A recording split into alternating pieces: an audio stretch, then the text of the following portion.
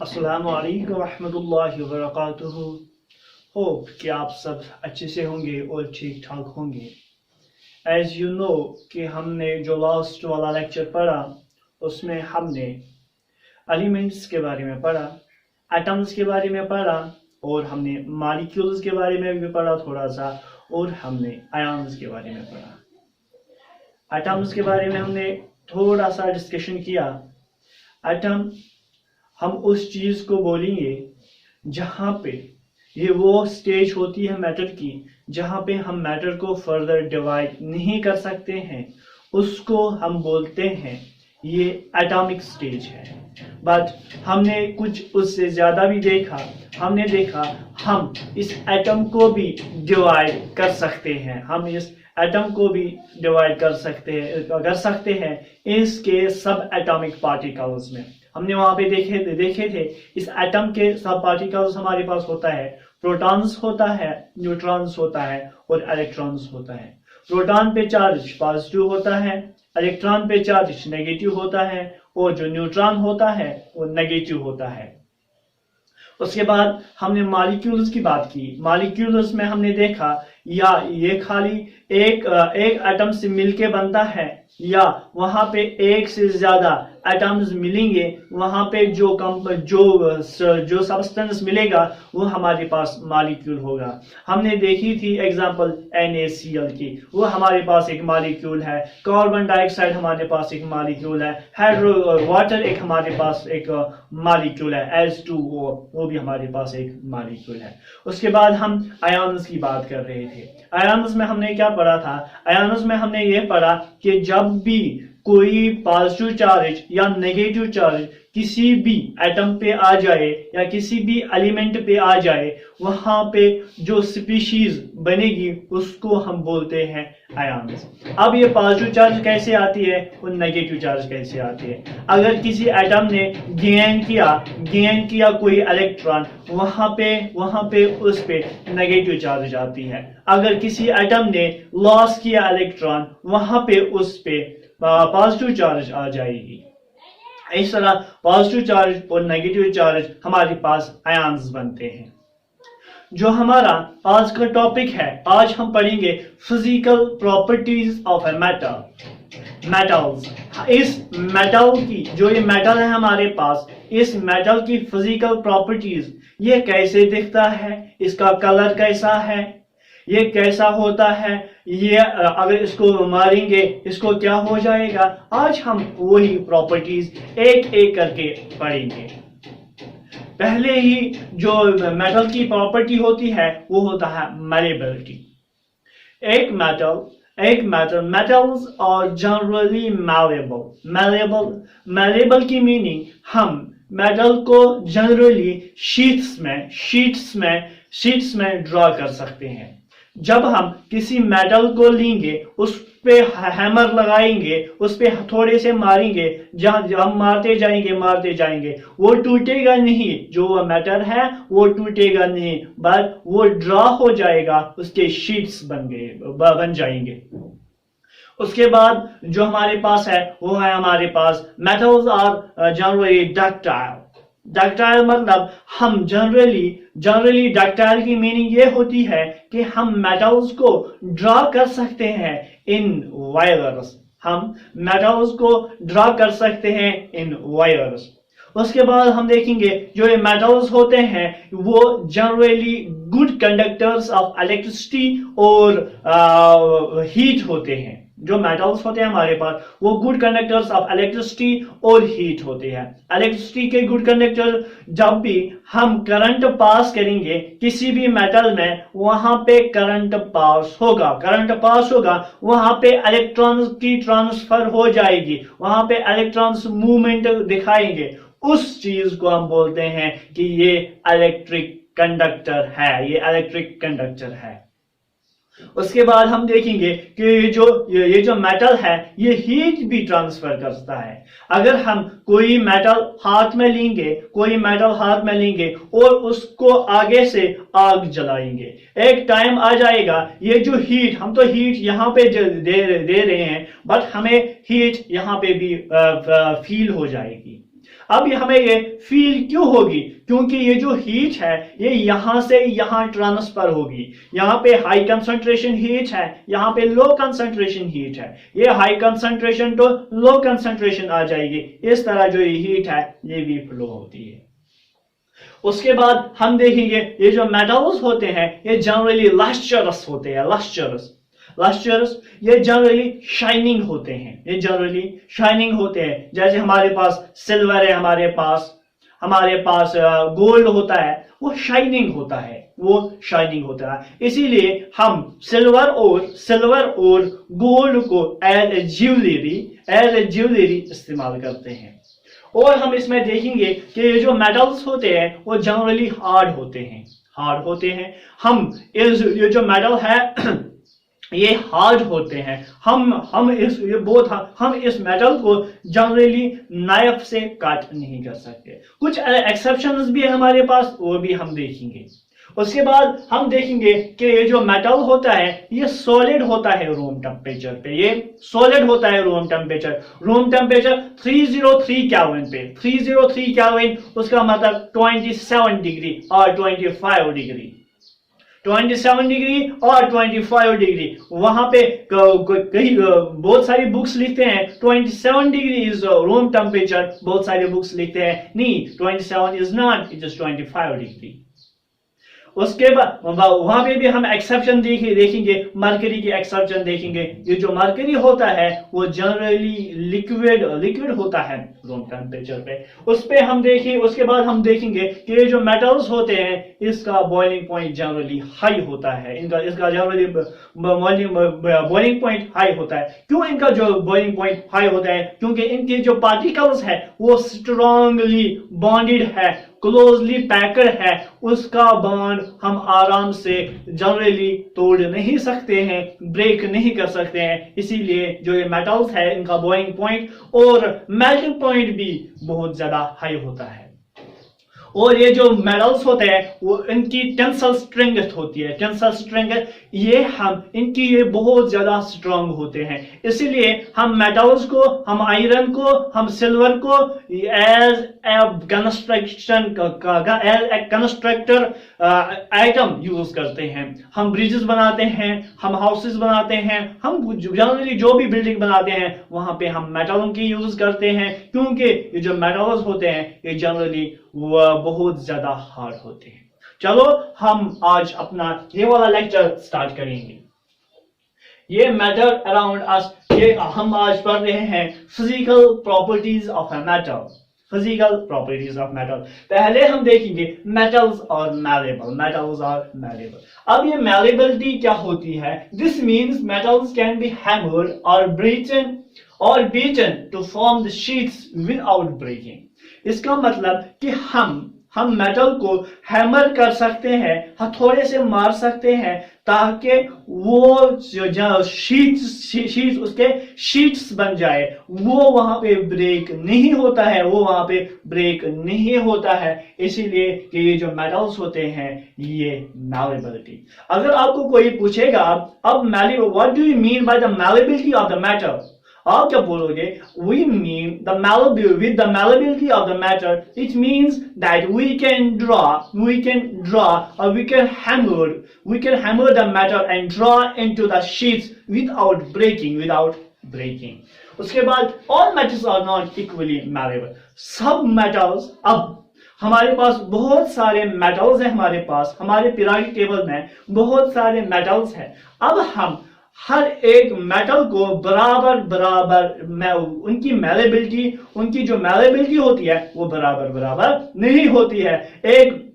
अगर हम एक एटम की या एक एलिमेंट की मैलेबिलिटी देखेंगे वो एक होगी, दूसरी की कुछ अलग ही होगी, तीसरी की कुछ अलग ही होगी। इसका मतलब हर एक एलिमेंट का, हर एक मेटल का जो भी हमारे पीरियोडिक टेबल में प्रेजेंट है उनकी जो मैलेबिलिटी है वो डिफरेंट होती है, वो सेम नहीं होती है। Silver and gold are the most malleable elements or metals. अगर आपको कोई पूछेगा कि सबसे ज्यादा malleable एटम या malleability किस मेटल में है, आप बोलोगे गोल्ड और सिल्वर में। गोल्ड और सिल्वर वो मेटल्स है जिनके पास सबसे ज्यादा मैलेबिलिटी होती है, जिनके पास सबसे ज्यादा मैलेबिलिटी होती है। These sheets are used to decorate the sweets. जब हम जनरली जब इनको शीट्स बनाते हैं, आपने जनरली देखा होगा जो हमारे पास स्वीट्स होते हैं, स्वीट्स के बाहर से कुछ सिल्वर कलर होता है, वो बहुत ज्यादा थिन होता है, वो सिल्वर का बना होता है। इसी तरह हम अल्मुनियम फॉइल्स यूज करते हैं। आपने देखा होगा कि हम अल्मुनियम फॉइल्स मेडिसिन को वाइपिंग के लिए यूज करते हैं। या आपने कभी बिरयानी खाई होगी, आपको जब वो पैक करना होता है, जो वहां पे उसके लिए वो रैपिंग या जो वो कंटेनर होता है वो भी अल्मुनियम का बना होता है। अगर हम सिल्वर की बात करें, अगर हम स्टील की बात करें, जो एक एलॉय है हमारे आयरन का एक एलॉय है, वो जो स्टील है वो हम यूज करते हैं बर्तन बनाने में, यूटेंसिल बनाने में। These sheets are used to decorate the sweets, wrapping the medicines and food items, and used to make utensils. उसके बाद जो हमारे पास दूसरी फिजिकल प्रॉपर्टी है मेटल की, वो है हमारे पास मेटल्स और डक्टाइल। तो अब ये डक्टिलिटी क्या होती है? डक्टिलिटी वो एक फिनोमेना है जहां पे हम मेटल्स को ड्रा कर सकते हैं इन wires. This means metals can be drawn into wires. इसका मतलब जब हम इन मेटलों को ड्रा कर सकते हैं, इनकी वायर्स बना सकते हैं, उस फिनोमेना को हम बोलते हैं कि ये डक्टिलिटी है, अब हर एक जो मेटल है उसकी डक्टिलिटी सेम नहीं होती है। जिस तरह मैलेबिलिटी हर एक एटम की सेम नहीं होती है, इसी तरह जो ये डक्टिलिटी होती है, ये डक्टिलिटी भी हर एक मेटल की सेम नहीं होती है। All the metals are not equally ductile. सब जो भी हमारे पास मेटल्स हैं उनकी डक्टिलिटी सेम नहीं होती है। Gold and silver are most ductile. Gold और सिल्वर जो हमारे पास मेटल है, ये सबसे ज्यादा डक्टिलिटी दिखाते हैं। अगर हम 1 ग्राम गोल्ड लेंगे, उसको हम मारेंगे और ड्रा करेंगे वायर्स में। 1 ग्राम गोल्ड से हम कितनी वायर बना सकते हैं? About 2 kilometre. हम गोल्ड से 1 ग्राम गोल्ड से 2 किलोमीटर वायर ड्रा कर सकते हैं। आप खुद ही सोचो कि ये जो गोल्ड होगा ये कितना डक्टाइल होता है। इसीलिए जब हम ये ज्वेलरी में यूज करते हैं, हम इसको आराम से इसकी शेप चेंज कर सकते हैं, हम इसको डिफरेंट शेप्स दे सकते हैं, क्योंकि ये हाईली डक्टाइल और मैलेबल होता है। इसीलिए ज्वेलर्स इस गोल्ड को अलग अलग शेप्स देते हैं। अब आपका क्वेश्चन होगा, अगर हम 1 ग्राम गोल्ड से इतनी वायर ड्रा कर सकते हैं, तो हम गोल्ड को एज ए वायर इस्तेमाल क्यों नहीं कर सकते हैं? क्योंकि जो ये गोल्ड होता है इसकी कॉस्ट बहुत ज्यादा है, इसीलिए हम गोल्ड को वायर्स में इस्तेमाल नहीं करते हैं, क्योंकि हम अफोर्ड ही नहीं कर सकते हैं ये वायर, गोल्ड की ये वायर हम फिर अफोर्ड ही नहीं कर सकते हैं। Gold and silver are mostly ductile. 1 gram of gold can be drawn into 2 kilometer wire. Copper and aluminum are also ductile. जो कॉपर है हमारे पास और अल्युमिनियम है, जो वायर्स हमारे घरों में जनरली इस्तेमाल होती है, वो यही होती है हमारे पास, कॉपर और अल्युमिनियम। अब कॉपर और अल्युमिनियम इसलिए यूज होता है क्योंकि इनकी डक्टिलिटी भी अच्छी खासी होती है, बट इनका कॉस्ट थोड़ा सा कम होता है, इसलिए हर कोई ये कॉपर वायर और अल्युमिनियम वायर को अफोर्ड कर सकता है। जो हमारे पास तीसरी प्रॉपर्टी है, metals have high tensile strength. जो मेटल्स होते हैं इनके पास हाई टेंसाइल स्ट्रेंथ होती है। टेंसाइल स्ट्रेंथ, जो ये मेटल्स होते हैं ये बहुत ज्यादा स्ट्रांग होते हैं। ये अगर हम मेटल पे कोई भी वेट रखेंगे ये वो बियर कर सकता है, ये वो बियर कर सकता है। Tensile strength means metals can hold a large weight. इसका मतलब कि टेंसाइल स्ट्रेंथ का ये मतलब है कि ये जो मेटल है ये बहुत ज्यादा वेट को बर्दाश्त कर सकते हैं या कैरी कर सकते हैं। जो steel is an alloy of an iron and a carbon is a very strong. जो स्टील होते हैं हमारे पास ये अलॉय होते हैं, ये अलॉयज होते हैं हमारे पास आयरन और कार्बन के। जो आयरन हम अपने घरों में यूज करते हैं, जो आयरन हम अपने घरों में यूज करते हैं वो 100% आयरन नहीं होता है, वो वहां पे मिक्सचर होता है आयरन और कार्बन का, आयरन और कार्बन का। उसको हम स्टील बोलते हैं, उसको हम स्टील बोलते हैं, उसको हम स्टील बोलते हैं। इसीलिए जो वो स्टील होते हैं या आप जनरली बोलो या ये जो आयरन होता है ये बहुत ज्यादा स्ट्रांग होता है। इसीलिए हम इस आयरन को कंस्ट्रक्शन ब्रिजेस में यूज करते हैं, बिल्डिंग्स में यूज करते हैं या किसी और प्रोजेक्ट में यूज कर सकते हैं जहां पे ये सबसे ज्यादा वेट बियर कर सकता है। Due to which it is used in the construction। इस टेंसाइल स्ट्रेंथ की वजह से ये जो मेटल्स होते हैं हमारे पास ये जो मेटल्स होते हैं हमारे पास हम ये कंस्ट्रक्शन में यूज करते हैं, हम ये मेटल को कंस्ट्रक्शन बिल्डिंग में यूज कर सकते हैं। जो हमारे पास चौथी प्रॉपर्टी है, metals are good conductors of heat and electricity. जो ये मेटल्स होते हैं हमारे पास ये generally good conductors of heat और इलेक्ट्रिसिटी होती है। अब ये हीट का गुड कंडक्टर कैसे है? अगर हम आपके पास जनरली आप सबने आयरन की कोई रॉड देखी होगी या आपके पास फ्राइंग पैन होती है।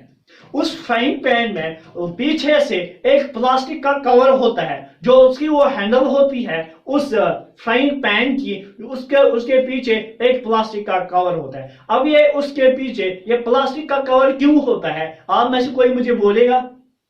हाँ, ये इसीलिए होता है क्योंकि ये जो फ्राइंग पैन है ये गर्म होती है, इसीलिए वहां पे प्लास्टिक का कुछ वाइप होता है या हैंडल होती है जो ज्यादा हीट प्रोड्यूस नहीं करती है, उसको हम आराम से उठा सकते हैं।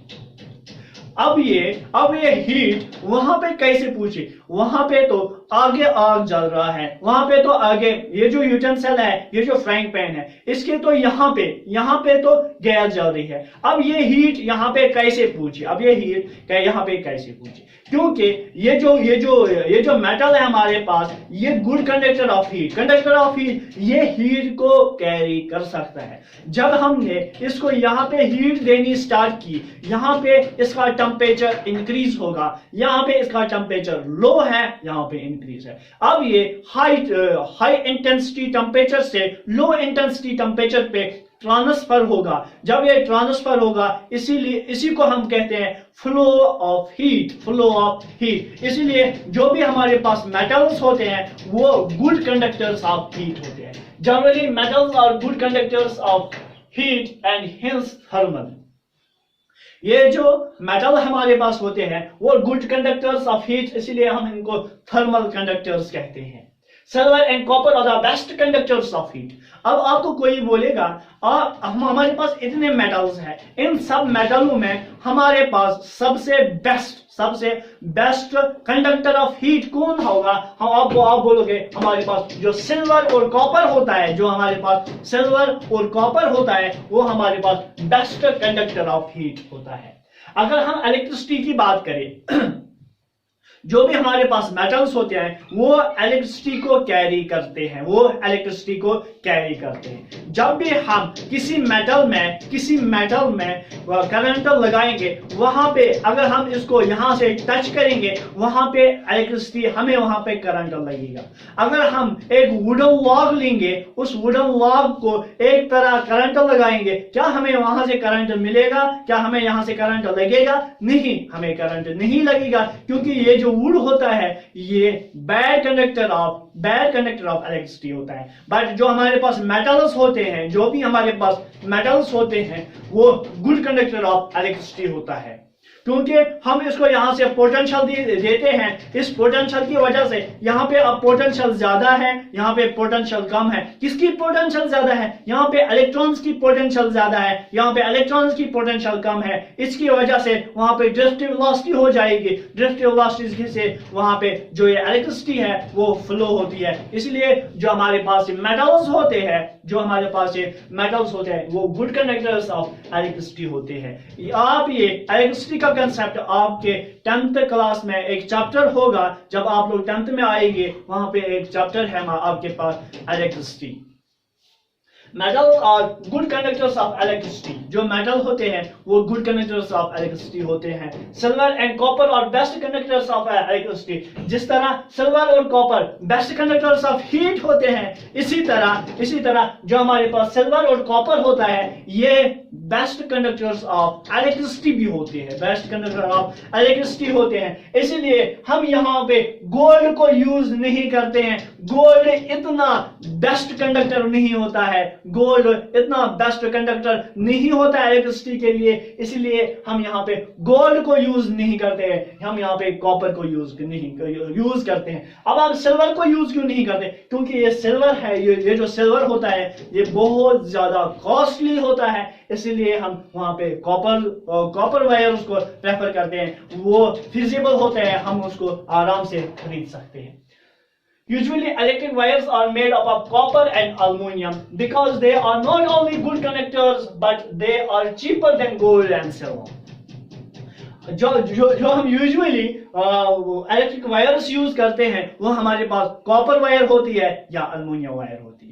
और ये खाली गुड कंडक्टर्स ऑफ इलेक्ट्रिसिटी ही नहीं होते हैं, बट ये चीपर देन ये सस्ता होता है, चीपर होता है than gold and silver. Gold और सिल्वर से ये बहुत ज्यादा कम चीप होता है, बहुत ज्यादा cheap in the sense quality में चीप नहीं होता है, ये इसके प्राइस है उस प्राइस में ये चीपर होता है। जो मेटल्स होते हैं हमारे पास ये लस्टर्स भी होते हैं, लस्टर्स इन द सेंस ये ज्यादा शाइनिंग होते हैं। इसीलिए हमारे पास जो गोल्ड होता है, जो हमारे पास सिल्वर होता है वो बहुत ही ज्यादा लस्टर्स होता है, वो बहुत ही ज्यादा शाइनिंग होता है। Metals have shining surface when freshly prepared. जब हम मेटलों को फ्रेशली प्रिपेयर करते हैं, नए बनाते हैं, उस टाइम इनके पास सबसे ज्यादा शाइननेस होती है, क्योंकि ये टाइम के साथ साथ इनकी जो शाइननेस है, उनकी जो शाइनिंग होती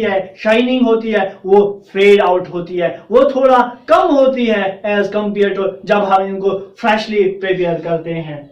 सिल्वर है व्हाइट शाइनिंग। आपने देखा होगा जो हमारे पास ये सिल्वर होता है, इसकी जो शाइनिंग होती है वो जनरली व्हाइट होती है। अगर हम गोल्ड की बात करें, गोल्ड की शाइनिंग जो होती है वो येलो होती है, वो येलोविश होती है। अगर हम कॉपर की बात करेंगे, कॉपर की जो शाइनिंग होती है वो रेडिश ब्राउन होती है, वो रेडिश ब्राउन होती है।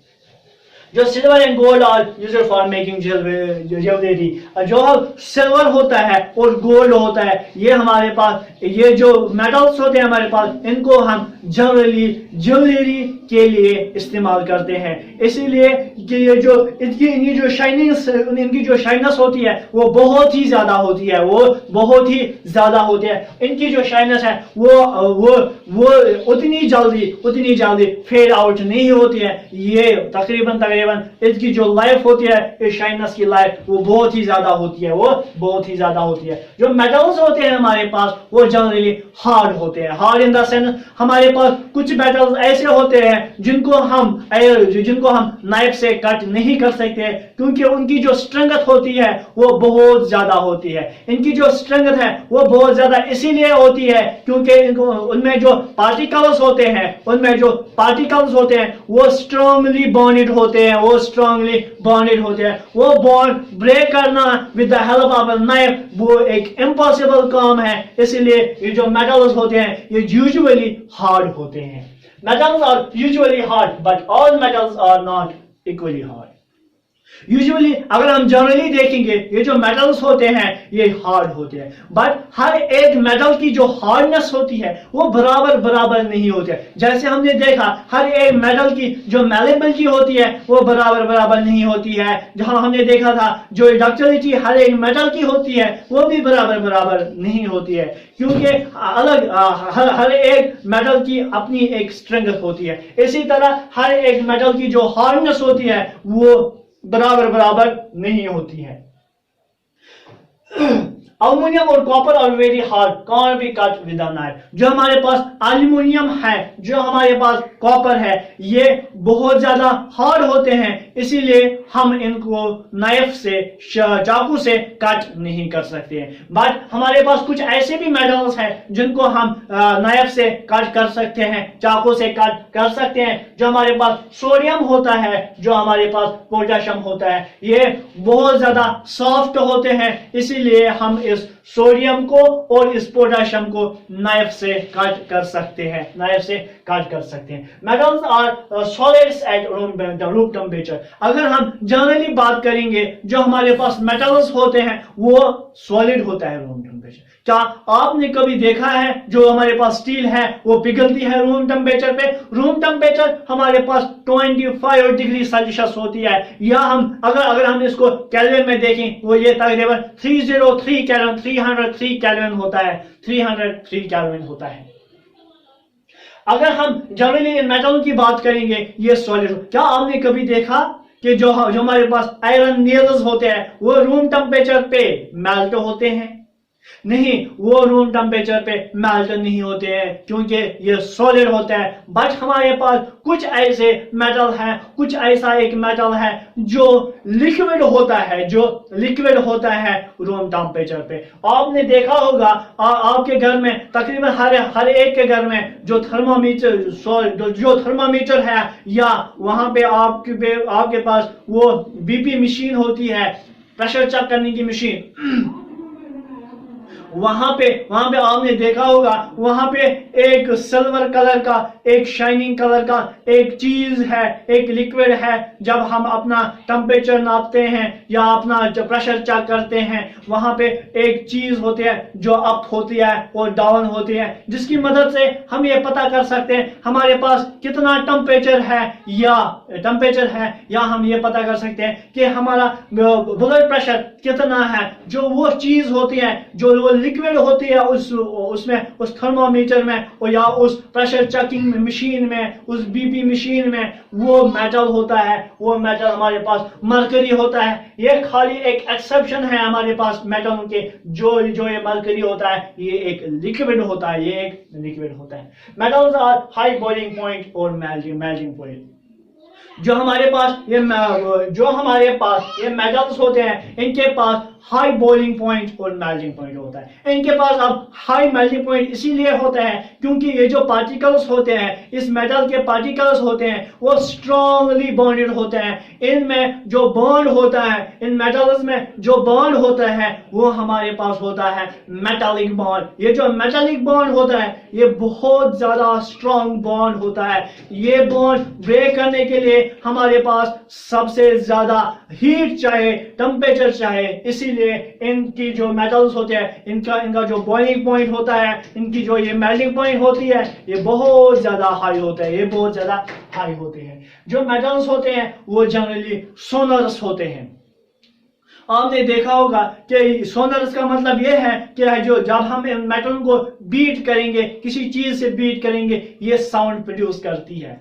आपने देखा होगा आपके स्कूलों में जो वो बेल होती है वो मेटल की बनी होती है। जब हम उसको किसी चीज से मारते हैं वहां पे साउंड निकलती है। आपने देखा होगा हिंदू लोग अपने मंदिरों में इस्तेमाल करते हैं वो रिंग्स, वो घंटी इस्तेमाल करते हैं, जो वो घंटी होती है वो भी मेटल की बनी होती है। जब वो हिंदू लोग वहां पे उसको मारते हैं, उसको बीट करते हैं, वहां पे साउंड प्रोड्यूस होती है, टाउ की साउंड प्रोड्यूस होती है। या आपने जनरली आप लोगों ने देखा होगा कि जब जो हमारे घरों के आसपास ये इलेक्ट्रिक पोल्स होते हैं, आपने कभी उस पे स्टोन मारा होगा और वहां पे कुछ आवाज निकलती है, टाउ की आवाज निकलती है। वो क्या होती है? ये जो मेटल होता है, इसका मतलब ये है कि ये जो मेटल है ये साउंड प्रोड्यूस करता है। इसीलिए हम इन मेटलों को सोनोरस भी कहते हैं। इनके पास सोनोरस होते हैं, इनके पास एक साउंड कैरिंग प्रॉपर्टी होती है। जो हमारा ये आज का लेक्चर है फिजिकल प्रॉपर्टी ऑफ मेटल्स, ये कंप्लीट हो गया है। अगर आपको मेरा ये लेक्चर अच्छा लगा होगा तो अगर आपने अभी तक मेरी चैनल सब्सक्राइब नहीं किया है, इसको सब्सक्राइब करिएगा, लाइक करिएगा, कमेंट करिएगा और अपने फ्रेंड से इसको ज्यादा से ज्यादा शेयर करिएगा। Thank you, have a nice day.